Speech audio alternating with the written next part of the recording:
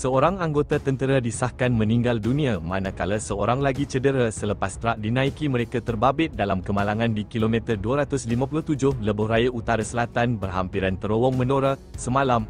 Pemangku Ketua Operasi Jabatan Bomba dan Penyelamat Malaysia, JBPM, Perak memaklumkan pihaknya menerima panggilan kecemasan pada jam 4.59 petang.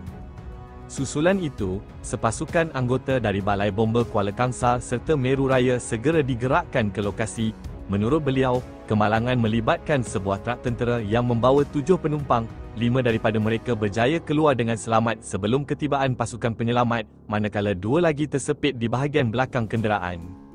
Mangsa pertama berjaya dikeluarkan pada jam 5.54 petang namun disahkan meninggal dunia di lokasi. Mangsa kedua pula dikeluarkan kira-kira 20 minit kemudian dalam keadaan cedera dan diserahkan kepada petugas perubatan. Operasi menyelamat melibatkan 11 anggota bomba dengan 2 jentera sebelum ditamatkan selepas semua mangsa berjaya dikeluarkan.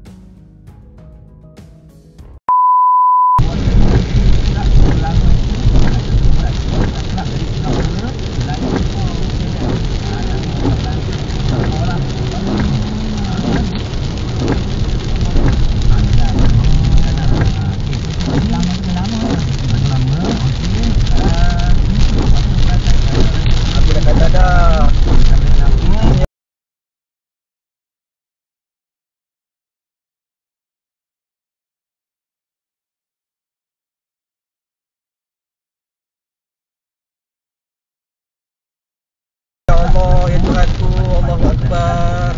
Astagfirullahaladzim.